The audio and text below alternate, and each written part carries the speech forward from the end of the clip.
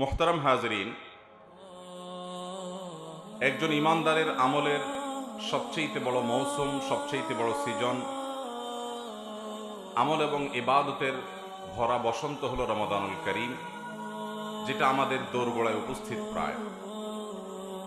আল্লাহ রাব্বুল আলামিন আমাদের প্রত্যেককে রমাদানুল করিমের সকল আমলগুলোকে গুরুত্বের সাথে, ইখলাসের সাথে, নিষ্ঠার সাথে সুন্দর এবং শুদ্ধভাবে, পরিপূর্ণভাবে সম্পাদন করার তৌফিক দান করুন।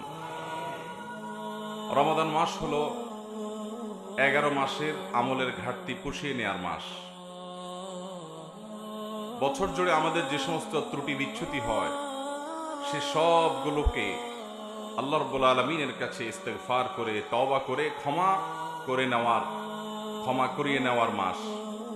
এই মোক্ষম সুযোগ আমাদের দোরগোড়ায় উপস্থিত হয়েছে। কোরআন এবং হাদিসের আলোকে এই মাস উপলক্ষে এই মাসের বিশেষ কিছু আমল আছে, বিশেষ কিছু করণীয় বর্জনীয় বিষয় আছে, যেগুলো সম্পূর্ণ স্পেশাল, সম্পূর্ণ বিশেষ রমাদান মাসের জন্য। আজ আমরা সেরকম কিছু আমলের কথা, সেরকম কিছু করণীয়, সেরকম কিছু বর্জনীয় বিষয়ের কথা জানবো। ওমা তৌফিক ইল্লা বিল্লাহ।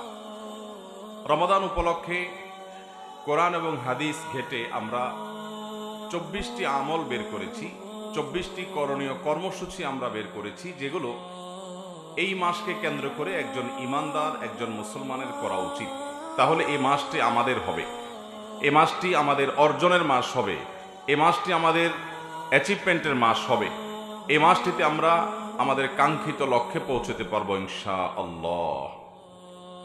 রমাদান মাসের সর্বপ্রথম যে আমলটির কথা বলতে চাই, সেটি রমাদানের ঠিক আগ মুহূর্তে আমাদেরকে করতে হবে, আর সেটি হলো রমজান মাসের চাঁদ তালাশ করতে হবে শাবানের শেষ দিবসে। শাবানের শেষ দিবসের সূর্য অস্ত যাওয়ার সময় আমরা পশ্চিম আকাশে রমাদান মাসের চাঁদ তালাশ করব। নবী করিম সাল্লাল্লাহু আলাইহি সাল্লাম বলেছেন, সুমু লিরুইয়াতিহি ওয়া আফতিরু লিরুইয়াতিহি। তোমরা চাঁদ দেখে সিয়াম পালন করো এবং চাঁদ দেখে তোমরা ঈদ উদযাপন করো। অতএব রমাদান মাসের ইবাদত এবং আমল করার প্রয়োজনে আমাদেরকে রমাদানের চাঁদ তালাশ করতে হবে শাবানের শেষের দিনে। এই আমলটি আমাদের সমাজ থেকে অনেকটা বিলুপ্তির দিকে বলা যেতে পারে। আমরা জাতীয় চাঁদ দেখা কমিটির উপর দায়িত্ব দিয়ে আমরা নিজেদের চাঁদ দেখার কোনো প্রয়োজনীয়তা অনুভব করছি না, অথচ চাঁদ দেখা এটা ফরজে কিফায়া। সমাজের কিছু মানুষও যদি না দেখে তাহলে সবাই গুনাহগার হবে, আর যদি চাঁদ দেখে কেউ, তাহলে সেক্ষেত্রে চাঁদ দেখতে পাওয়ার একটা দোয়া আছে, নবী করিম সাল্লাল্লাহু আলাইহি সাল্লাম শিক্ষা দিয়েছেন। আর সে দোয়াটা হলো, আল্লাহুম্মা আহিল্লাহু আলাইনা বিল ইয়ুমনি ওয়াল ঈমান ওয়াস সালামাতি ওয়াল ইসলাম। অর্থাৎ, হে আল্লাহ, এই চাঁদ, এই মাসটিকে আপনি আমাদের জন্য বরকতের, ঈমানের মাস হিসাবে কবুল করুন। অর্থাৎ এই মাসে আমরা যেন ঈমানের সাথে, বরকতের সাথে কাটাতে পারি এবং শান্তি এবং সকল প্রকার বিপদ আপদ থেকে মুক্তি এবং নাজাতের মাস, নিরাপত্তার মাস হিসেবে যেন আমরা কাটাতে পারি, সেই দোয়া আল্লাহ তাআলার কাছে করার শিক্ষা নবী সাল্লাল্লাহু আলাইহি ওয়াসাল্লাম দিয়েছেন। তাহলে রমাদান উপলক্ষে আমরা রমাদান মাসের চাঁদ দেখার চেষ্টা করব শাবানের শেষ দিবসে। সেটা আমরা প্রত্যেকটা মানুষ যদি চেষ্টা করি যার যার জায়গা থেকে, চাঁদ যদি দেখতে নাও পাই, চেষ্টা করার কারণে ইনশাআল্লাহ একটা সুন্নাহ জিন্দা করা, একটা আমলের প্রচেষ্টা করার কারণে আমাদের আমলনামাতে নেকি লেখা হবে। অতএব শাবানের শেষ দিবসে আমরা রমাদান মাসের চাঁদ তালাশ করব তো ইনশাআল্লাহ। আমরা সবাই আজকাল চাঁদ তালাশ করি, কিন্তু সেটা ফেসবুকে, সোশ্যাল মিডিয়াতে, অথচ চাঁদ তালাশ করা উচিত আকাশে। আমরা যদি সবাই অলস বসে থাকি, তাহলে সেক্ষেত্রে চাঁদ দেখা কমিটি তারা কোত্থেকে ঘোষণা করবে? অতএব আমাদের প্রত্যেককে যার যার জায়গা থেকে চাঁদ দেখার চেষ্টাটা করতে হবে। আমরা অতিরিক্ত এ জাতীয় প্রতিষ্ঠান নির্ভর হয়ে যাচ্ছি, যা আমাদের জন্য কোনো ভালো কিছু বয়ে আনবে না। এজন্য প্রতিটা মানুষকে, প্রতিটা এলাকাতে, বিশেষ করে উন্মুক্ত মাঠে কিছু মানুষ অন্তত, প্রতিটা মানুষ না পারলেও কিছু মানুষ অন্তত পশ্চিম আকাশে চাঁদ দেখার চেষ্টা করতে হবে। এটা রমাদানের প্রয়োজনে, রমাদানের আমল করবার প্রয়োজনে। তাহলে প্রথম আমরা আমল পেয়ে গেলাম, রমাদান উপলক্ষে রমাদানের চাঁদ তালাশ করতে হবে। নাম্বার 2, রমাদান মাসের সবচেয়ে বড় আমল, সবচেয়ে গুরুত্বপূর্ণ আমল হলো দিনের বেলা রোজা রাখা সকল প্রাপ্তবয়স্ক সুস্থ বিবেক সম্পন্ন নারী এবং পুরুষের জন্য আল্লাহ রাব্বুল আলামিন সকল ঈমানদার প্রাপ্তবয়স্ক নারী পুরুষের জন্য রমাদানে দিনের বেলা সিয়াম রাখাটাকে ফরজ করেছেন। আল্লাহ বলেছেন, কুতিবা আলাইকুমুস সিয়াম কামা কুতিবা আলাল্লাযীনা মিন ক্বাবলিকুম লাআল্লাকুম তাত্তাকুন। তোমাদের পূর্ববর্তী জাতিদের প্রতি যেমন সিয়াম ফরজ করা হয়েছিল, ঠিক একইভাবে তোমাদের উপরে সিয়াম অর্থাৎ রোজা রাখাটাকে ফরজ করা হয়েছে যেন তোমরা তাকওয়া অবলম্বন করতে পারো। তাহলে রমাদান মাসের সবচেয়ে বড় আমলই হলো এটি যে রোজা রাখা। আল্লাহ রাব্বুল আলামিন যাদেরকে সুস্থ সবল রেখেছেন, ঈমান যাদের মধ্যে আছে, সে মানুষগুলো প্রাপ্তবয়স্ক হলে অবশ্যই তাদেরকে রোজা রাখতে হবে। এটা ফরজে আইন এবং ইসলামের অন্যতম একটা স্তম্ভ, মেইন 5টা কাজের একটা কাজ। অতএব এটি হবে রমজানের সবচেয়ে গুরুত্বপূর্ণ কাজ, সিয়াম সাধনা করা। নাম্বার 3, রমাদান উপলক্ষে রাতের বেলায় তারাবির সালাত আদায় করা, কিয়াম করা, রাতে সালাত আদায় করা দাঁড়িয়ে। নবী করিম সাল্লাল্লাহু আলাইহি সাল্লাম বলেছেন, মান কামা রমাদানা ঈমানান ওয়া ইহতিসাবা গুফিরা লাহু মা তাকাদ্দামা মিন যামবি। যে ব্যক্তি রমজান মাসে দাঁড়িয়ে ঈমানের সাথে, ইখলাসের সাথে আল্লাহর কাছ থেকে সওয়াব পাওয়ার আশায় তারাবির নামাজ পড়বে, গুফিরা লাহু মা তাকাদ্দামা মিন যামবি, আল্লাহ রাব্বুল আলামিন তার পূর্বের সমস্ত গুনাহগুলো মাফ করে দিবেন।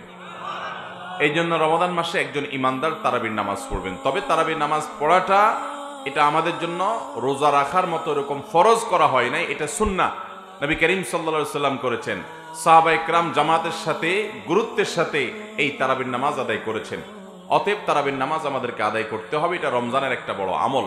তারাবির নামাজ আদায়ের ক্ষেত্রে আমাদের লক্ষ্য রাখতে হবে খুব বেশি মাত্রাতিরিক্ত তাড়াহুড়া যেন না হয়।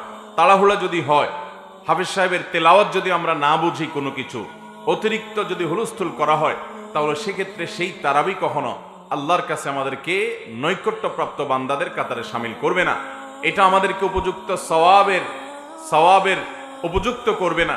এজন্য তারাবি হতে হবে মিডিয়াম পর্যায়ে, কমপক্ষে যত আস্তে যত ধীরে হতে পারে সেটা ততই ভালো।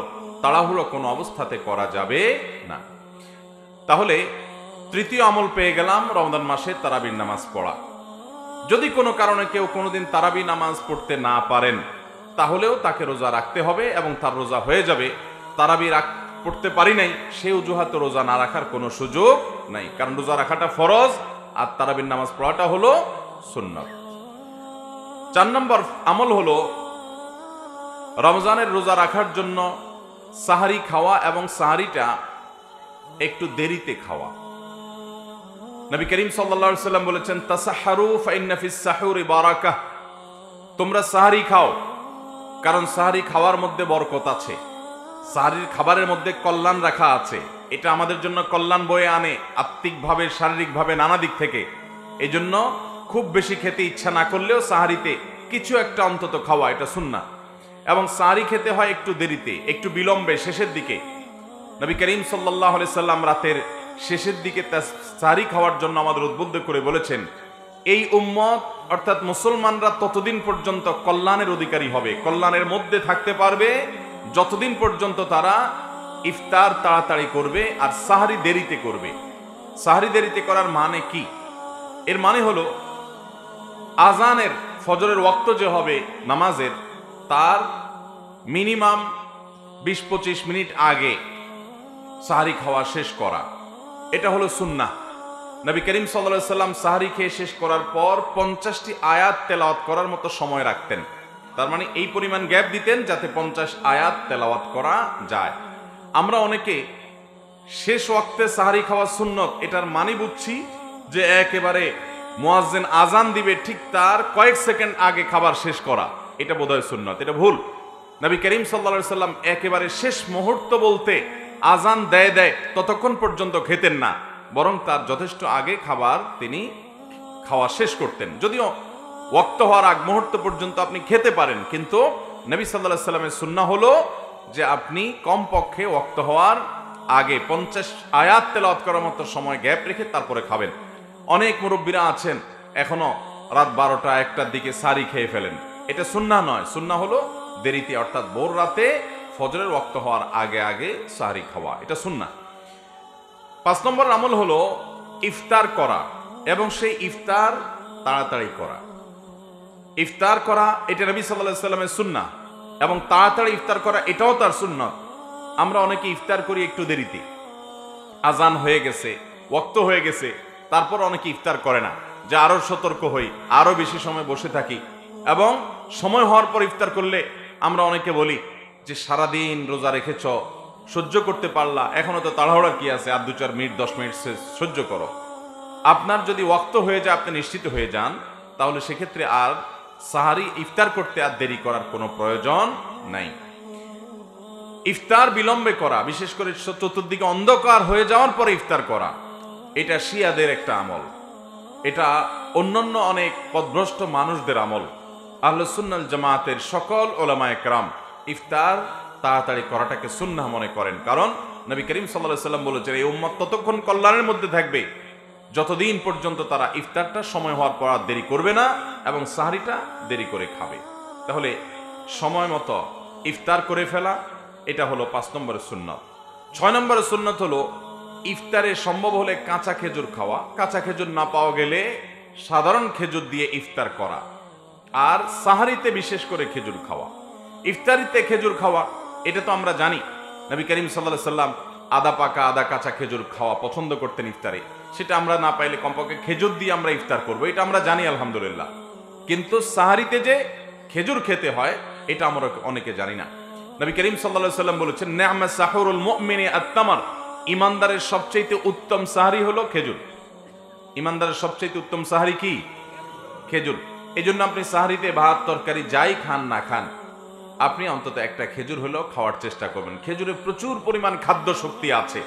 আলহামদুলিল্লাহ আজকাল আমাদের দেশেও খেজুর বিভিন্ন জায়গায় উৎপাদন শুরু হয়ে গেছে।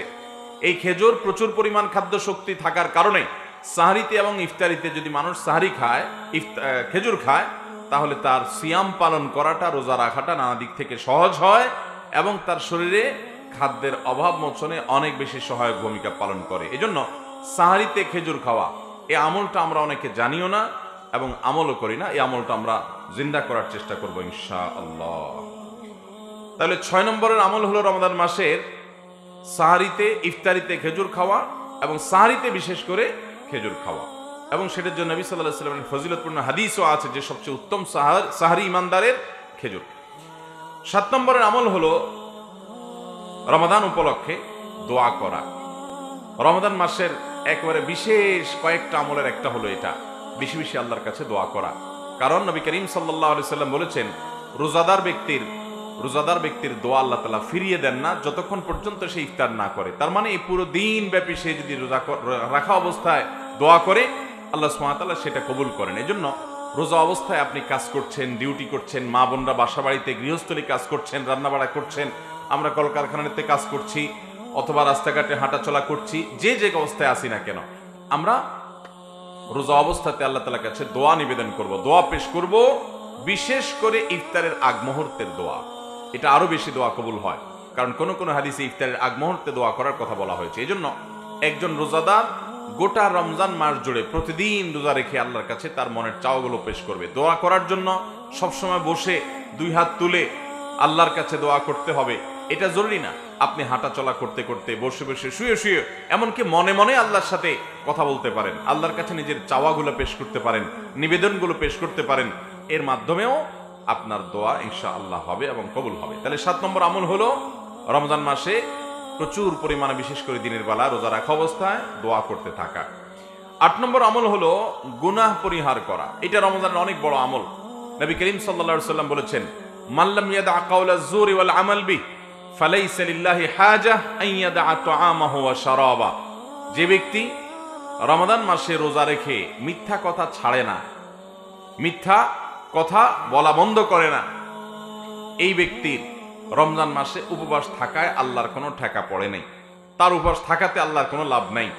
অর্থাৎ তার রোজাটা অর্থবহ হবে, সার্থক হবে, এটা তার জন্য উপকারী হবে যদি সে রোজা রেখে মিথ্যা কথা ছাড়তে পারে এবং মিথ্যা কাজ ছাড়তে পারে, প্রতারণা ছাড়তে পারে, 2 নম্বরই ছাড়তে পারে, সততা অবলম্বন করতে পারে, তাহলেই তার রোজা সার্থক হবে।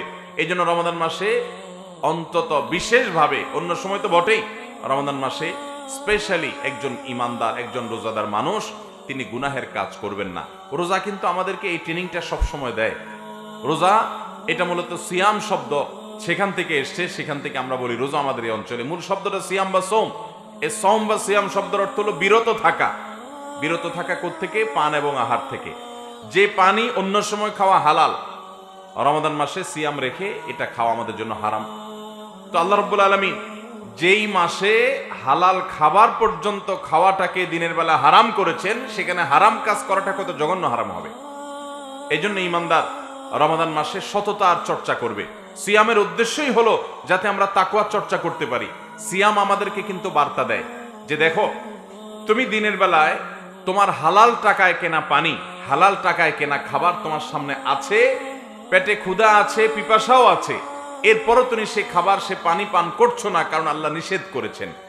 বাস এই একটি চেতনা তোমার জীবনের প্রত্যেকটা ক্ষেত্রে তোমার মধ্যে থাকতে হবে। এটাই হলো তাকওয়া, যে আল্লাহ তাআলা নিষেধ করেছেন সেজন্য এই পথে যাব না, আল্লাহ তাআলা হারাম করেছেন সেজন্য ওই কাজটা করব না, আমার করার প্রয়োজন আছে, করার সুযোগও আছে, তারপরও করব না, কারণ আল্লাহ নিষেধ করেছেন।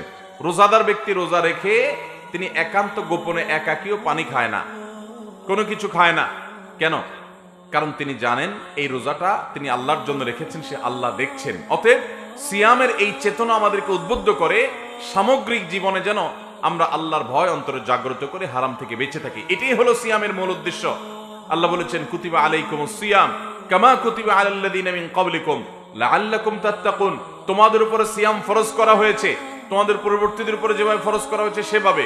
উদ্দেশ্য লাআল্লাকুম তাত্তাকুন, যাতে তোমরা সিয়াম সাধনার মাধ্যমে তাকওয়া অবলম্বন করতে পারো, গুনাহ ছাড়ার চর্চা যাতে করতে পারো, এই উদ্দেশ্যে সিয়াম দেওয়া হয়েছে। কারণ সিয়াম আমাদেরকে কিভাবে গুনাহ ছাড়ার ট্রেনিং দেয় সেটা আমি বললাম, যে পানি আছে, আমার পিপাসাও আছে, আমি পান করছি না, কারণ আল্লাহর নিষেধ আছে।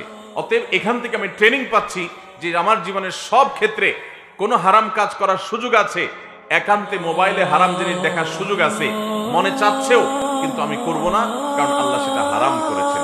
সিয়াম সে শিক্ষাটা আমাদেরকে দেয়, বিধায় সেই চর্চাটা গোটা রমজান ব্যাপী হতে হবে। রমাদানে কোনো গুনাহ করা যাবে না।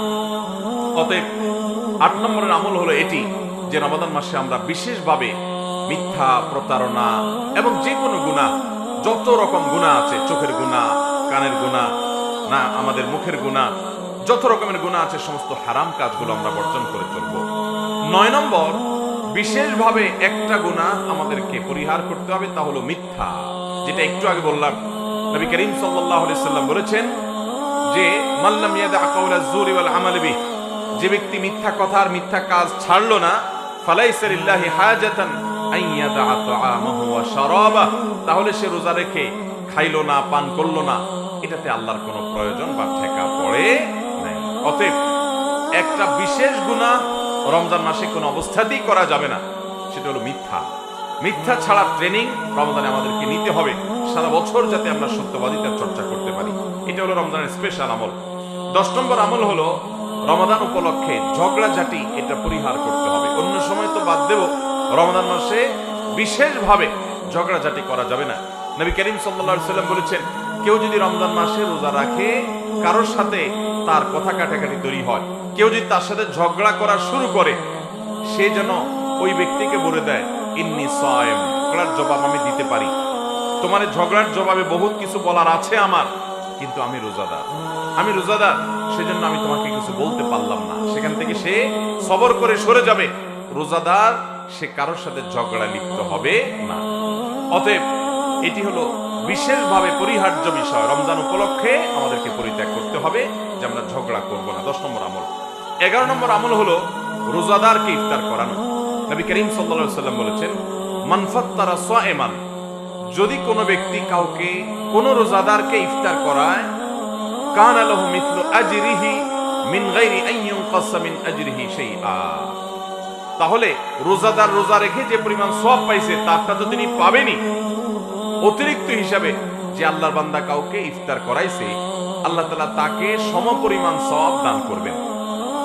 আপনি রমজানে 30টা রোজা রাখতে পারেন, এর বেশি রাখার সুযোগ আছে? রমজান মাসে 30 দিনে 60টা রোজা রাখা যাবে? পিচি পোলাপাইন রাখে, দিনে 2টা-3টা করে রাখে।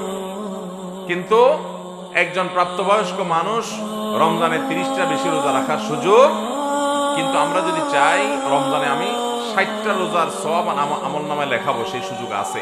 আমি যদি চাই 60 কেন কয়েকশো রোজার সওয়াব এর যে বিনিময় এটা আমার আমল নামায় অ্যাকাউন্টে জমা করাবো, সেই সুযোগ আছে।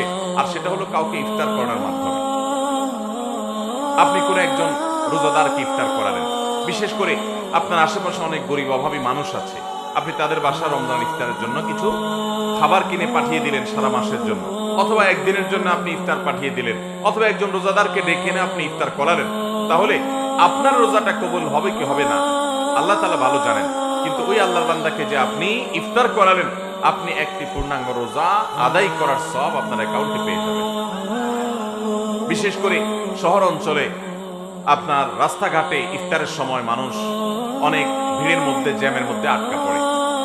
চাইলেই আমরা খুব অল্প পয়সা খরচ করে বিপুল পরিমাণ সওয়াবের ভাগীদার হতে পারি। গাড়ি থেকে নেমে ইফতার কেনাও হয় না, হয়তো তারা আটকা পড়ে গেছেন, আপনি সিগন্যালে দাঁড়িয়ে আপনি যদি একটু পানির বোতল আর একটি করে খেজুর অফার করেন এবং 2-4 জন মানুষকে দেন, কয় টাকা খরচ হবে?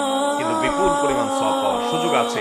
আমাদের আশেপাশে অনেক গরিব মানুষ আছে, দ্রব্যমূল্যের ঊর্ধ্বগতির এই সময় অনেক মানুষ কষ্ট করে, তারা মন মতো একটু বাচ্চাদেরকে ইফতার করাতে পারেন। আপনি যদি পরিকল্পনা করেন আমি এবারের ইফতার আমার বাসার জন্য কিনবো, আশেপাশে গরিব কিছু ফ্যামিলিকে টার্গেট করে তাদের বাসায়, আমার বাসা যারা কাজ করে তাদেরকে, যারা কাজ করে না তাদেরকে আমি পুরো মাসের ইফতার কিনে দিব, চেষ্টা করা যাবে না ইনশাআল্লাহ? তাহলে এটা হলো রমজান মাসের স্পেশাল একটা আমল, 11 নম্বর আমল, রোজাদারকে ইফতার করানো। আল্লাহ আমাদেরকে তৌফিক দান করুন। 12 নম্বর আমল হলো কোরআন তেলাওয়াত করা, কোরআনে কারীমের তেলাওয়াত করা।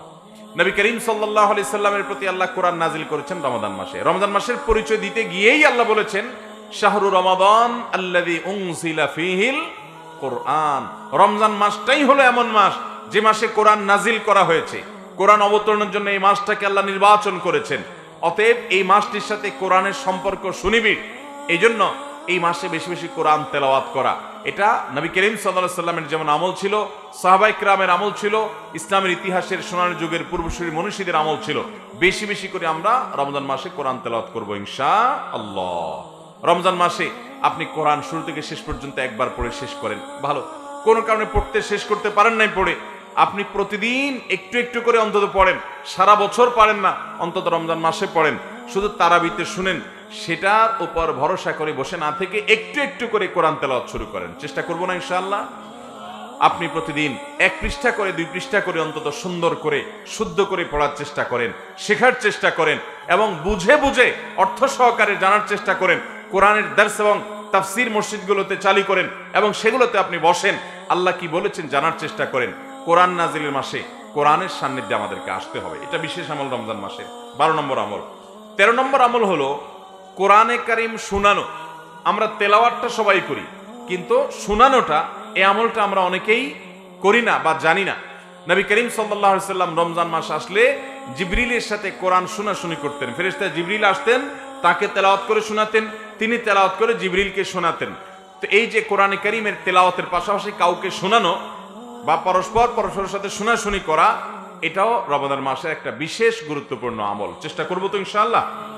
তাহলে 13 নম্বর আমল হলো কোরআন শোনাশুনি করা। 14 নম্বর রমজানের বিশেষ আমল হলো সাদাকা করা। আম্মা জান আয়েশা রাদিয়াল্লাহু তাআলা আনহা প্রিয় নবী সাল্লাল্লাহু আলাইহি ওয়াসাল্লাম সম্পর্কে বলেছেন, তিনি ছিলেন অত্যন্ত দানশীল মানুষ। তার দানশীলতা, তার বদান্যতা এই পরিমাণ থাকতো, তার কাছে যে সমস্ত সম্পদ মানুষ এনে জমা দিতেন, সেগুলো মানুষের মাঝে বন্টন করে তারপর তিনি বাসায় যেতেন। একটি কয়েন বা একটি আপনার স্বর্ণ কিংবা রৌপ্য মুদ্র কিংবা একটা খেজুর কিংবা একটি খাবার তার কাছে আসার পর সেটাও বিতরণ করে শেষ না করে তিনি বাসায় যেতেন না, এইভাবে মানুষকে দিতেন। বিশেষ করে নবী করিম সাল্লাল্লাহু আলাইহি ওয়াসাল্লাম তায়েব বিজয়ের পর অনেক অনেক সম্পদের অধিকারী হয়েছেন। সেই সম্পদগুলো সব মানুষের মাঝে এইভাবে বন্টন করা শুরু করেছেন, তিনি দিয়েছেন, এভাবে প্রত্যেকটা মানুষকে দিয়েছেন। এমনকি বেদুইনরা এসে নবী করিম সাল্লাল্লাহু আলাইহি ওয়াসাল্লামের চাদর টানাটানি শুরু করতে লাগলো যে মুহাম্মদ আমাদেরকেও কিছু দাও। এইভাবে তিনি দেয়া শুরু করতেন। তিনি কৃপণ ছিলেন না, 2 হাতে দান করতেন। তার বাসায় খুব বেশি খাবারের আয়োজন থাকতো না, কিন্তু মানুষকে তিনি 2 হাতে দিতেন। আমাদের আয়েশা রাদিয়াল্লাহু বলেন, নবী করিম সাল্লাল্লাহু আলাইহি ওয়াসাল্লাম যে দানশীল ছিলেন, রমজান শুরু হলে তার সেই দানশীলতা হয়ে যেত মুক্ত বাতাসের মতো, মুক্ত বাতাস যেরকম সব জায়গায় চলে যায়, যে চায় তার ঘরেও প্রবেশ করে, যে চায় না তার ঘরেও প্রবেশ করে। নবী করিম সাল্লাল্লাহু আলাইহি সাল্লাম রমজান মাসে যে চায় তাকেও দিতেন, যে চায় নাও তাকে দিতেন। দুই হাতে তিনি দান করতেন। তার অঢেল সম্পদ ছিল না, কিন্তু যা ছিল তিনি অকাতরে মানুষকে সেটা দিয়ে দিতেন। তার কাছে মানুষ এসে জমা দিত, সেগুলো বন্টন করে দিতেন। এই জন্য রমজান মাসের একটা বিশেষ আমল হলো দান সাদাকা করা। এখন থেকে আমরা পরিকল্পনা করতে পারি যে আমরা রমজানে কাকে দান করব, কাকে কি দেব, আমার আত্মীয় স্বজন কে আছে না আছে, আমরা তাদেরকে অকাতরে দেওয়ার চেষ্টা করব ইনশাআল্লাহ। ভাইরা আমার, রমজান মাসে বিশেষ করে আমাদের নিকট আত্মীয় যারা আছে তারা যেন ঠিক মতো সিয়াম পালন করতে পারে, ঈদের আনন্দ করতে পারে গরিব মানুষগুলো, আমরা তাদেরকে এখন থেকে পরিকল্পনা করে দান করার চেষ্টা করব। রমজান মাসে যাকাত আমরা অনেকে দেই, যদিও যাকাত রমজান মাসেই দিতে হবে এমন কোনো কথা নেই, বরং আপনি যখন অর্থ সম্পদের মালিক হয়েছেন, এক বছর যখন সেটা আপনার কাছে ছিল তখন যাকাত ফরজ হয়েছে, আপনি তখন যাকাত দিবেন। এটা হলো যাকাতের মূল বিষয়। কেউ যদি যাকাত একটু 2-4 10 দিন 20 দিন 1 মাস দেরি করে দেয়, আদায় হয়ে যাবে। আবার কেউ যদি 10 দিন বা 2-4 মাস আগে অগ্রিম দিয়ে দেয়, হিসাবটা পরে অ্যাডজাস্ট করে, তাতেও হয়ে যাবে। এই জন্য রমজান মাসে কেউ যদি যাকাত দেয়, যে রমজান মাস আমলের মাস, সওয়াবের মাস, সেজন্য আমি দিলাম, দিতে পারেন, কিন্তু রমজানেই দিতে হবে এমন কোনো বাধ্যবাধকতা নেই। চাইলে আমরা সাধারণ দানও করতে পারি, যাকাত দিতে পারি রমজান মাসে। তাহলে 14 নম্বর আমল হলো দান সাদাকা করা। 15 নম্বর আমল হলো তাহাজ্জুদের নামাজ পড়া। তাহাজ্জুদের নামাজ রমজান মাসে, তাহাজ্জুদের নামাজ এবং ভোর রাতে দোয়া করা, এটা রমজান মাসে একটা বিরাট সুযোগ। সারা বছর আমরা ভোর রাতে তাহাজ্জুদের নামাজ পড়ার সুযোগ পাই না, ভোর রাতে এসে দোয়া করার সুযোগ পাই না।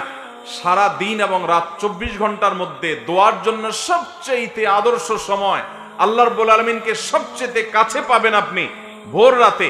আল্লাহ রাব্বুল আলামিন দুনিয়ার আসমানে এসে বান্দাকে ডেকে ডেকে ক্ষমা করেন এবং তার বিপদ দূর করেন। এই সুযোগটা আমরা লাভ করি তাহাজ্জুদের সময়, ভোর রাতে। সারা বছর আমরা পারি না, কাজ কামের চাপ থাকে, ডিউটি থাকে, ব্যবসা বাণিজ্য থাকে, রাতে দেরিতে শোয়ার বদ অভ্যাস আছে, আমরা ফজর পড়তেই কষ্ট হয়ে যায়, তাহাজ্জুদ পড়তে পারি না। কিন্তু ভাইরা আমার, গোটা রমজান জুড়ে প্রতিদিন আপনি সাহারি খেতে উঠেন। আপনি চাইলে কিন্তু সাহারির সময় আপনি 10টা মিনিট বের করে সুন্দর করে আপনার বাসার এক কোণে কেবলার দিকে ফিরে আপনি 2 রাকাত 4 রাকাত নামাজ পড়ে হাত তুলে আল্লাহর কাছে আপনি 5 মিনিট দোয়া করতে পারেন, চোখের পানি ফেলতে পারেন। মানুষের মধ্যে দোয়া আসে না তো আপনি আপনার বাড়ির ছাদে চলে যেতে পারেন, মসজিদে মানুষ আজানের পরে আসবে, আপনি আজানের 20 মিনিট আগে চলে যেতে পারেন, আপনি একটু নিরিবিলি আল্লাহর সাথে কথা বলতে পারেন, দোয়া করতে পারেন।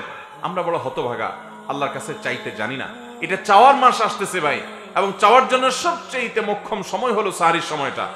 আমরা অনেকে আজকাল দেখা যায় সাহারি পার্টি করি, সাহারি পার্টি করি, অনেকে সাহারি উপলক্ষে বিভিন্ন আয়োজন অনুষ্ঠান করে। জাহালত এবং মূর্খতা কোনো জাতিকে যদি স্পর্শ করে, তখন এই ধরনের কর্মকাণ্ড সেই এলাকাতে, সেই সমাজে ব্যাপক আকারে ছড়িয়ে পড়ে। কত বড় হতভাগ্যের কাজ যে যখন আল্লাহ রাব্বুল আলামিন ক্ষমার ঘোষণা করেন, আল্লাহর কাছে দোয়া করতে হয়, লাইট বন্ধ করে বরং চোখের পানি ফেলার সময়, তখন আমাদের এক শ্রেণীর তরুণরা, তাদেরকে দেখা যায় তারা হোটেলে গিয়ে বন্ধু বান্ধব মিলে সাহারি পার্টির নামে তারা আড্ডা জমায়, তারা মौज মাস্তি করে, তারা খাওয়া দাওয়ার অনুষ্ঠান করে। ভাইরা আমার, আমরা এমন একটা সময় চলে আসছি যে ফেসবুকে মাঝে মধ্যে দেখা যায়, কতটা সত্য কতটা ফেক আমি জানি না, যে দাদা মারা গেছেন, নানা মারা গেছেন, নাতিরা দাদা বা নানার লাশের সাথে সেলফি তোলে। এইরকম অমানবিক এবং এরকম পশুসুলভ আচরণ আজ আমাদের এক শ্রেণীর তরুণদের মধ্যে হচ্ছে। আমরা উদ্ভ্রান্ত হয়ে গেছি। আমরা ইসলামকে থেকে দূরে সরার কারণে শয়তান আমাদেরকে এমন একটা জায়গা নিয়ে গেছে যা পশুদেরকে পর্যন্ত হার মানায়। ভাইরা আমার, এরকম উদ্ভ্রান্ত চিন্তা ভাবনার কারণে ইবাদতের সময়টাতে পর্যন্ত আমরা ফুর্তি ফার্তা করার, মौज মাস্তি করার চেষ্টা করছি। ভোর রাতের এই সময়টা আনন্দ ফুর্তি করার সময় নয়, এটা কান্নাকাটি করার সময়। এটা আনন্দ ফুর্তি আর মौज মাস্তির সময় নয়, এটা সেজদায় পড়ার সময়। এটা আলোর ঝলকানির মধ্যে গিয়ে হোটেলে বসে রং তামাশা করে খাওয়া দাওয়া করার সময় নয়, এটা আলো আধারিতে বসে বসে আল্লাহর কাছে দোয়া করার সময়। আল্লাহ আমাদেরকে বুঝার তৌফিক দান করুন। ভাইরা আমার, গোটা 30 দিন পুরো মাস জুড়ে আমরা চাইলে প্রতিদিন আল্লাহর কাছে ভোর রাতে একটা বার করে 5 মিনিট 10 মিনিট করে আমরা দোয়া করতে পারি। আল্লাহ তাআলা আমাদেরকে তৌফিক দান করুন। তাহলে রমজান মাসে এই সুযোগটা আমাদের জীবনে বেশি আসে, তাহাজ্জুদের নামাজ পড়া এবং সাহারির সময় একটু দোয়া করা। প্রত্যেকে যার যার মতো ফ্যামিলি মেম্বাররা আমরা আল্লাহর সাথে কথা বলবো, এটা দোয়ার সময়, দোয়া কবুলের সময়। এটা গেল 15 নম্বর আমল, তাহাজ্জুদ এবং দোয়া করা শেষ সাথে। 16 নম্বর আমল হলো মেসওয়াক করা। আমাদের সমাজ থেকে এটা বিলুপ্ত প্রায়, আমরা অনেকেই জানি না। মেসওয়াক করা, আম্মা জান আয়েশা বলেছেন রাদিয়াল্লাহু তাআলা আনহা, নবী করিম সাল্লাল্লাহু আলাইহি সাল্লামকে রোজা অবস্থায় আমি এত বেশি মেসওয়াক করতে দেখেছি যে গুণে শেষ করতে পারবো না, এত বেশি বার, এত বেশি সংখ্যক তিনি মেসওয়াক করতেন। এজন্য আমরা রমাদান মাসে রোজা রেখে দিনের বেলায় প্রচুর পরিমাণে মেসওয়াক করব। অনেকে মেসওয়াক করতে চায় না, মনে করে মেসওয়াক করলে রোজা হালকা হবে কিনা। না, হালকা হবে না, রোজা বরং আরো ভারী হবে। আপনি মেসওয়াক করবেন। নবী করিম সাল্লাল্লাহু আলাইহি সাল্লাম রোজা অবস্থায় প্রচুর কি করতেন? মেসওয়াক। মেসওয়াকের সাথে শুধু দাঁত পরিষ্কারের সম্পর্ক না, মেসওয়াকের সাথে আমাদের ব্রেইনের নার্ভের সম্পর্ক, মেসওয়াকের সাথে আমাদের ঈমানের সম্পর্ক। নবী সাল্লাল্লাহু আলাইহি সাল্লাম তার জীবনের শেষ আমল ছিল মেসওয়াক। মেসওয়াক করতে করতে তিনি দুনিয়া থেকে গেছেন। তিনি বাসায় ঢুকলে মেসওয়াক করতে করতে ঢুকতেন। তিনি নামাজের সময় মেসওয়াক করতেন, জুমার দিনে মেসওয়াক করতেন, কোন মজলিসে যেতে মেসওয়াক করতেন, গুরুত্বপূর্ণ কোনো কাজের আগে মেসওয়াক করতেন। এমনকি মৃত্যুর শয্যায় শায়িত তিনি আম্মা জান আয়েশা রাদিয়াল্লাহু তাআলা আনহার কোলে মাথায় রেখেছেন। তার দুনিয়া থেকে চলে যাওয়ার সময় হয়ে গেছে। আয়েশা রাদিয়াল্লাহু তাআলা আনহার ভাই আব্দুর রহমান ওই সময় নবী সাল্লাল্লাহু আলাইহি সাল্লামের কক্ষে প্রবেশ করছিলেন, তার হাতে মেসওয়াক ছিল। নবীজির তখন জবান প্রায় বন্ধ, ভালো করে কথা বলতে পারেন না অসুস্থতার কারণে। আম্মা জান আয়েশাকে ইশারা করলেন মেসওয়াকের দিকে। আয়েশা রাদিয়াল্লাহু তাআলা বুঝতে বাকি থাকলো না যে নবীজি মেসওয়াক করতে চাচ্ছেন। তখন তার ভাইয়ের কাছ থেকে মেসওয়াকটা চেয়ে নিয়ে তিনি নিজের দাঁত দিয়ে চিবিয়ে দিলেন। নবী সাল্লাল্লাহু আলাইহি সাল্লাম সে মেসওয়াক করতে করতে দুনিয়া থেকে চলে গেছে। তো এই রমজান মাসে বা রোজা রেখে নবী করিম সাল্লাল্লাহু আলাইহি সাল্লাম এত বেশি মেসওয়াক করতেন, কতবার করতেন আম্মা জান আয়েশা বলছেন আমি গুণে শেষ করতে পারবো না। তাইলে আমরা রোজা রেখে মেসওয়াক করবো তো ইনশাআল্লাহ। 16 নম্বর আমল হলো রমজানে উমরা করা। যদি আল্লাহ কাউকে তৌফিক দান করে রমজানে উমরা করা, ভাই উমরা করার ফজিলত হলো রমজান মাসে যদি কেউ উমরা করে, নবী করিম সাল্লাল্লাহু আলাইহি সাল্লাম বলেছেন যে উমরাতুন ফি রমাদান তা'দিলু হাজ্জাহ। যদি কেউ রমজানে উমরা করে তাহলে অন্য সময় হজ করার সমান সওয়াব সে পাবে। আর কোন কোন বর্ণনা আছে যে উমরাতুন ফি রমাদান তা'দিলু হাজ্জাতাম মাই, রমজানে উমরা করলে নবী সাল্লাল্লাহু আলাইহি সাল্লাম বলেছেন আমার সাথে হজ করার সমান সওয়াব হবে। অতএব যাদের তৌফিক আছে আমরা উমরা করব। এখন অবশ্য উমরা অনেক কঠিন হয়ে গেছে আমাদের জন্য, বাংলাদেশের মানুষের জন্য বিশেষ করে উমরা অনেক কঠিন হয়ে গেছে। শুধু বিমান ভাড়াই 1 লাখের মতো, লাখখানেক টাকা শুধু বিমান ভাড়াই, এবং সৌদিতেও খরচ এই পরিমাণ বাড়ছে যে আসলে এটা সাধারণ গরিব মানুষের নাগালে বাইরে। উমরা করতে এখন প্রায় রমজান মাসে 2 লাখ টাকার নিচে হয় না, এরকম কঠিন হয়ে গেছে। আল্লাহ তাআলা আমাদেরকে সহজ করার তৌফিক দান করুন। তাহলে 17 নম্বর আমল হলো রমজান মাসে উমরা করা। যদি তৌফিক থাকে করব, আর তৌফিক না থাকলে নিয়ত করব যে আল্লাহ আমাকে তৌফিক যেন দেন, দোয়া করব। 18 নম্বর আমল হলো রমজানের শেষ দশক ইবাদত বন্দেগীর জন্য মাজায় গামছা বেঁধে নিতে হবে। সবচেয়ে বেশি চেষ্টা করতে হবে শেষ দশক। কারণ নবী সাল্লাল্লাহু আলাইহি সাল্লাম ইদা দাখালাল আশর ইয়াজতাহিদু ফীহি মা লা ইয়াজতাহিদু ফী গায়রি। আয়েশা রাদিয়াল্লাহু তাআলা বর্ণনা করেছেন নবী করিম সাল্লাল্লাহু আলাইহি সাল্লাম রমজানের শেষ দশক আসলে যেই পরিমাণ ইবাদত বন্দেগী করতেন, যেই পরিমাণ মেহনত করতেন, দোয়া তেলাওয়াত নফল নামাজ রোনাজারি জিকির আজকার আল্লাহর দিকে যেই পরিমাণ রুজু হতেন, শেষ 10 দিন আসলে এটা তার জীবনে অন্য কোন সময় করতেন না। অর্থাৎ জীবনের ইবাদতের জন্য সবচেয়ে বেশি সাধনা, সবচেয়ে বেশি চেষ্টা করতে হবে রমজানের শেষ 10 দিন। চেষ্টা করবো তো ইনশাআল্লাহ। আমাদের বরং শেষ 10 দিন ইবাদতটা একটু কম হয়, কারণ আমাদের দেশে আপনি দেখবেন রমজানের প্রথম মসজিদে মুসল্লি ফিল আপ হয়ে, বারান্দা পূরণ হয়ে, বাহিরেও কিছু কার্পেট বা চাটাই বিছানো লাগে। প্রথম রমজানের প্রথম দিনগুলো আস্তে আস্তে যখন যেতে থাকে 8-10 দিন, দ্বিতীয় দশক শুরু হলে আস্তে আস্তে বাহিরের বিছানা, বাহিরের আপনার চাটাই এবং কার্পেটগুলো গোছায় ফেলায় মুয়াজ্জিন সাহেবরা, কারণ সেখানে আর মুসল্লি হয় না। আস্তে আস্তে মুসল্লি বারান্দায় চলে আসে। আর শেষের 10 দিন যখন শুরু হয় তখন দেখা যায় ওই অরিজিনাল যেগুলা ওয়াক্তিয়া মুসল্লি ছিল ওইগুলার বাইরে সামান্য কিছু মুসল্লি থাকে, বারান্দায় আর মুসল্লি থাকে না। ঠিক না ঠিক? আমরা ঈদের কেনাকাটায় ঝাঁপিয়ে পড়ি, গ্রামের বাড়িতে ঈদ করার জন্য চলে যাই, সেই ব্যস্ততায় আমরা ব্যস্ত হয়ে পড়ি। রমজানের সবচেয়ে স্বাদটাই হলো শেষের দিকে, সবচেয়ে স্বাদই শেষের দিকে। এই জন্য নবী করিম সাল্লাল্লাহু আলাইহি সাল্লাম রমজানের শেষ 10 দিন ইবাদতের জন্য সবচেয়ে বেশি মেহনত করতেন। আল্লাহ সুবহানাহু ওয়া তাআলা আমাকে আপনাকে তৌফিক দান করুন। চেষ্টা করবো তো ইনশাআল্লাহ রমজানের শেষ 10 দিন আমরা বিশেষ ইবাদতের জন্য চেষ্টা করব। এটা ছিল নবী সাল্লাল্লাহু আলাইহি ওয়াসাল্লাম বিশেষ আমল। তাহলে 18 নম্বর আমল হলো রমজানের শেষ 10 দিন ইবাদতের জন্য স্পেশাল মেহনত করতে হবে। 19 নম্বর আমল হলো রমজানের শেষ 10 দিন ইতিকাফ করতে হবে। কি করতে হবে ভাই? ইতিকাফ করতে হবে। আহা, এই আমলটা মিসকিন, এই আমলটা আমাদের সমাজ থেকে বিলুপ্তির পথে। আমাদের দেশে মসজিদগুলোতে ইতিকাফের জন্য লোক ভাড়া করে বসাইতে হয়, আছে না নাই? ইতিকাফে বসার মতো লোক নাই। একটা এলাকাতে হাজার হাজার মানুষ বসবাস করে, কিন্তু আল্লাহর ঘরে 10 দিন ইতিকাফ করবে এই সময়টা মানুষের নাই। টাকা দিয়ে ইতিকাফে লোক বসানো হারাম। যে টাকা দিয়ে বসে সেও গুনাহগার, আর যারা টাকা দিয়ে বসায় তারাও গুনাহগার। ইবাদতে কোনো টাকা পয়সা চলে ভাইরা আমার। ইতিকাফের জন্য আমাদের দেশে মসজিদগুলোর লোক পাওয়া যায় না। আহা, অথচ ইতিকাফ এমন একটা আমল, এই আমলটা প্রিয় নবী সাল্লাল্লাহু আলাইহি ওয়াসাল্লামের জীবনে 1 বছরও ছাড়েন নাই। রমজানের রোজা ফরজ হয়েছে 3য় হিজরিতে, তখন থেকে নিয়ে তার ওয়াফাত পর্যন্ত প্রতি বছর রমজানের শেষ 10 দিন তিনি ইতিকাফ করছেন। 1 বছর তিনি ইতিকাফে বসছেন, কিন্তু আবার বের হয়ে যেতে হয়েছে, ইতিকাফ ভেঙে ফেলতে হয়েছে বিশেষ কারণে। পরবর্তী বছর তিনি এসে 20 দিন ইতিকাফ করে আগের বছরের 10 দিন পূরণ করেছেন। তারপরও ইতিকাফ কখনো ছাড়েন নাই। একটিবার চিন্তা করেন তো, যে আমলটা প্রিয় নবী সাল্লাল্লাহু আলাইহি ওয়াসাল্লাম জীবনে একবারও ছাড়েন নাই, সেটা বেশিরভাগ মানুষের জীবনে একবারও করি নাই আমরা। এই পুরা মাহফিলে যত মানুষ আছি আমরা জীবনে একবার অন্তত রমজানের শেষ 10 দিন মসজিদে ইতিকাফে বসছেন, এরকম যারা আছেন একটু হাত তোলেন। শেষ 10 দিন ইতিকাফে বসছেন, মাশাআল্লাহ। কয়জন মানুষ হবে? 10, 15, 20 জন মানুষ এত বড় মজলিসের মধ্যে। বাকি মানুষগুলো আমরা বসি নাই। ভাইরা আমার, নবী করিম সাল্লাল্লাহু আলাইহি ওয়াসাল্লাম যেটা জীবনে কখনো ছাড়েন নাই, সেটা আমি জীবনে কখনো করি নাই। নিজের শত্রুর সাথেও তো এরকম বৈপরীত্য মানুষ করে না। এতে কখন নিয়ত করবো তো ইনশাআল্লাহ। আপনি বলবেন আপনি ব্যস্ত, আপনার সময় নাই। কি ব্যস্ত আপনি ভাই?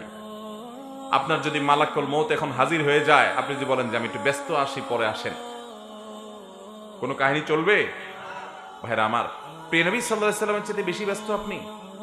উনি ছিলেন রাহমাতুল লিল আলামিন। গোটা পৃথিবীর মানুষের নাজাতের জন্য আল্লাহর পক্ষ থেকে দায়িত্বপ্রাপ্ত হয়ে আসছেন। রাতে ঘুমাতে পারতেন না, মানুষকে হেদায়েতের জন্য পেরেশান থাকতেন, আল্লাহর কাছে রোনাজারি করতেন। তার কোনো অবসর সময় ছিল না তেমন। অথচ তিনি পর্যন্ত তার মদিনা রাষ্ট্রের প্রধান ছিলেন, রাষ্ট্র পরিচালনার কাজ ছিল, অনেক অভিযান পরিচালনা করার দায়িত্ব ছিল, অনেক ষড়যন্ত্র মোকাবেলা করতে হতো। ইসলাম সারা বিশ্বের বড় বড় নেতাদের কাছে পৌঁছাতে হয়েছে, সবার কাছে পৌঁছাতে হয়েছে, সবার সব সমস্যাগুলো দেখতে হতো তাকে। এত দায়িত্ব পালন করেছেন, এবং এতজন স্ত্রী তার ছিলেন, এই ফ্যামিলিগুলোর সবগুলোর দায়িত্ব, সবার দায়িত্ব তার পালন করতে হয়েছে। এত কিছু দায়িত্ব যার, তিনি এত ব্যস্ততা সত্ত্বেও রমজানের শেষ 10 দিন আসলে সকল দায়িত্ব প্যাকেট করে রেখে তিনি মসজিদে ইতিকাফের জন্য বসে যেতেন, এবং মসজিদে বসে তিনি দাওয়াতি কাজ এবং জিহাদের কাজ, অন্যান্য কাজগুলো আঞ্জাম দিতেন, কিন্তু মসজিদে বসে যেতেন। অতএব আমাদের শেষ 10 দিন মসজিদে বসতে হবে, চেষ্টা করবো তো ইনশাআল্লাহ। মসজিদে ইতিকাফে আমরা যারা কখনো বসি নাই, আমরা মনে করি এটা তো একটা বন্দি জীবন, এটা তো একটা জেল জীবনের মতো, যে আটকা পড়ে যাব, 10 দিনের জন্য আর বের হতে পারবো না, শুধু টয়লেটের জন্য বের হওয়া যাবে, এছাড়া বের হওয়া যাবে না। আমাকে বাসা থেকে খাবার কেউ এনে দিবে, আমি বসে বসে খাবো।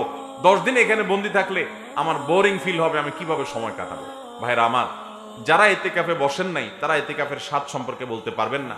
আপনি ইতিকাফে বসলে আর কিছু না হোক, আপনি বিছানাপত্র নিয়ে যদি মসজিদে পড়ে যান আল্লাহর ঘরে, তো আপনার কাছে ফিল হবে, অনুভব হবে যে আল্লাহ তাআলার চৌকাঠে দুয়ারে গিয়ে আপনি পড়ে গেছেন, এরকম মনে হবে আপনার কাছে। অবর্ণনীয় একটা স্বাদ এবং ভালো লাগা কাজ করবে। এই জন্য ভাইরা আমার, আমরা রমজানের শেষ দশকে ইতিকাফ করার চেষ্টা করবো তো ইনশাআল্লাহ। ইতিকাফ করলে আমরা মনে করি কোনো কথাবার্তা বলা যায় না, চুপচাপ থাকা লাগে, বোবা হয়ে থাকতে হয় না, এরকম কোনো কথা নেই। 2-4 জন মানুষ থাকলে আপনি ইতিকাফে তাদের সাথে কথা বলতে পারেন, অন্য মুসল্লিদের সাথে কথা বলতে পারেন। এমনকি আপনার দুনিয়াবি কোনো বিষয় যদি খুব বেশি জরুরি হয়, সেটা আপনি সারতে পারেন।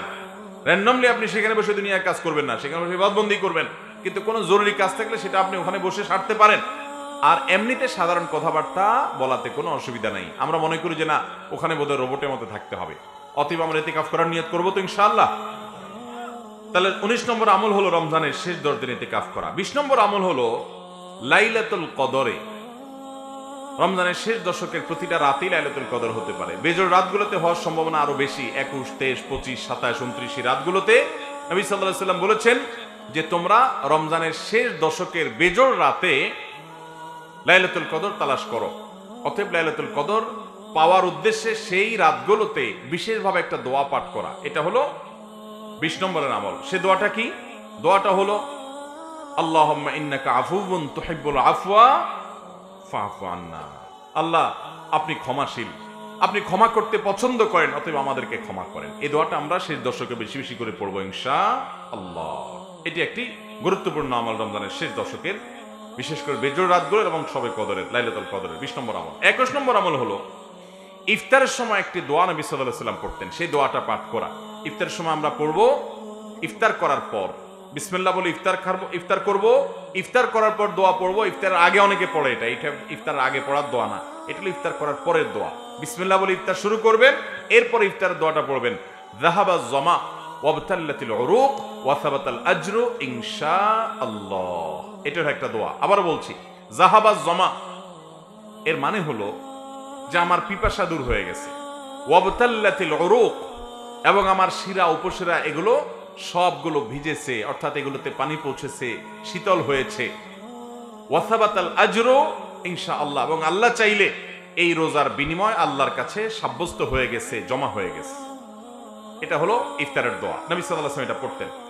22 নম্বর আমল হলো বিশেষভাবে রমজান মাস জুড়ে ভাই প্রতিদিন আল্লাহর কাছে ইস্তেগফার করা, গুনাহ মাফ চাওয়া, জাহান্নাম থেকে মুক্তির জন্য দোয়া করা। বেশিরভাগ মানুষ আমরা রমজান মানেই বুঝি 4টা কাজ। রমজান মানে কয়টা কাজ বুঝি? রমজান মাসে রোজা রাখা, রমজান মানে তারাবি পড়া, রমজান মাসে সাহরি খাওয়া, রমজান মানে ইফতার করা, বাস। রোজা, তারাবি, সাহরি, ইফতার, এই 4 কাজের নাম মানে আমরা রমজান মাস জানি, অথচ এই 4 কাজ নয়। আমি অনেকগুলো আমলের কথা বললাম, এর মধ্যে এই আমলটা বিশেষভাবে করা, যে প্রতিদিন আল্লাহর কাছে চোখের পানি ফেলে একটা সময় দোয়া করা। রমজান মাস আসলে আমরা এত ব্যস্ত হয়ে পড়ি, ব্যবসায়ীরা বোনাস দিতে হবে, আমরা ঈদের কেনাকাটা করতে হবে, আমাদের ইবাদতের আর টাইম নেই। যে মাসটা আসছে ইবাদতের জন্য, মূল কাজ হলো ইবাদত, সে ইবাদত বলে আমরা অন্য সব করি, ইবাদতের সময় আমাদের হয় না। ভাইরা আমার, নবী করিম সাল্লাল্লাহু আলাইহি সাল্লাম বলেছেন, তার কাছে জিবরিল এসে আল্লাহর পক্ষ থেকে অফার নিয়ে এসে বলেছেন, বাউদা মান আদরাকা রমাদান ফালা ওয়ালাম ইগফার লা, ওই ব্যক্তি ধ্বংস হোক যে রমজান মাস পেল অথচ তার গুনাহগুলো মাফ করাইতে পারলো না।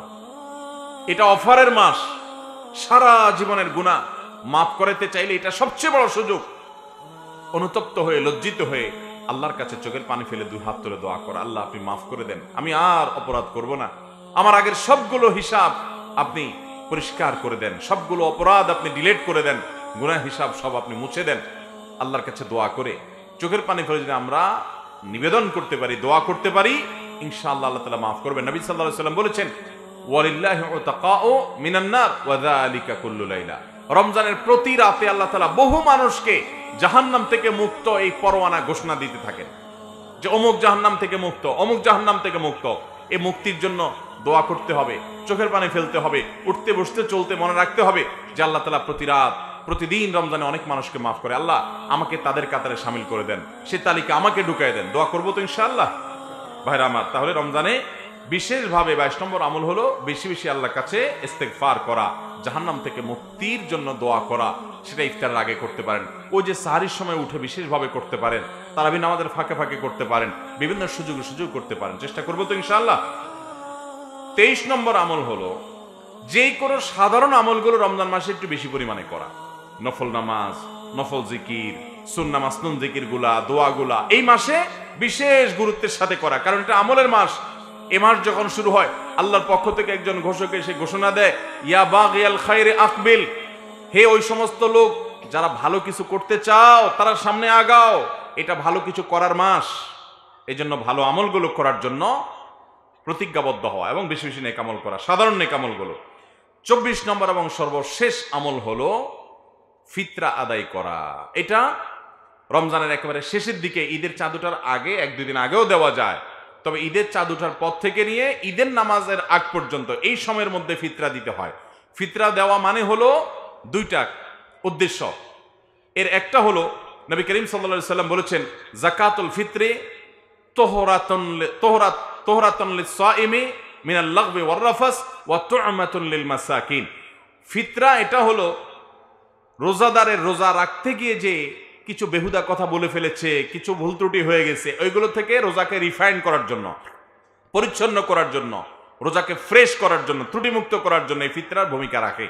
আর দ্বিতীয় উদ্দেশ্য হলো ঈদ উপলক্ষে গরিব দুঃখীর বাসায় যেন খাদ্য থাকে, ঈদের দিন যেন সবাই হাসি মুখে থাকতে পারে, অন্তত একবেলা খাবার যেন সবার বাসায় ভালো করে থাকে, সেজন্য ফিতরের ব্যবস্থা নবী সাল্লাল্লাহু আলাইহি ওয়াসাল্লাম রেখেছেন। এই জন্য রমজানের শেষ আমল হলো ফিতরা দিয়ে রমজানকে বিদায় দিতে হয়, রমজানের শেষ আমল করতে হয়। এই 24টা আমলের সবগুলো আমল করার চেষ্টা করবো তো ইনশাআল্লাহ।